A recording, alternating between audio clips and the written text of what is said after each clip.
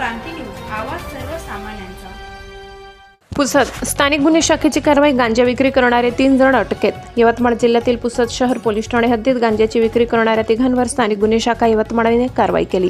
या कारवाईत 2 kilo 176 gram गांजा, मोटरसायकल, मोबाईल व इतर साहित्य असा एकूण 1,64,120 रुपये किमतीचा मुद्देमाल जप्त करण्यात आलाय।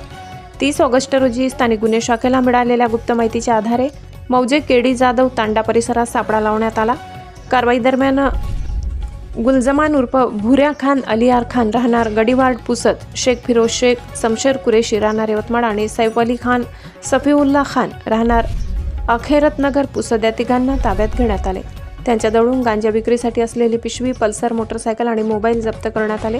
आरोपींविरुद्ध NDPS कायद्यानुसार कलम 8C 20B गुन्हा नोंद करून पुढील तपास सुरू आहे। या कारवाईचे मार्गदर्शन पोलीस अधीक्षक कुमार चिंता, अप्पर पोलीस अधीक्षक अशोक थोरात, उपविभागीय पोलीस अधिकारी हर्षवर्धन BJ यांच्या मार्गदर्शनाखाली पोलीस निरीक्षक सतीश चौरे व स्थानिक गुन्हे शाखेच्या पथकाने केली। पोलीस प्रशासनाने नागरिकांना आवाहन केले की अवैध धंदे किंवा अंमली पदार्थाच्या तस्करीबाबत माहिती असल्यास भीती न बाळगता पोलिसांना कळवावे।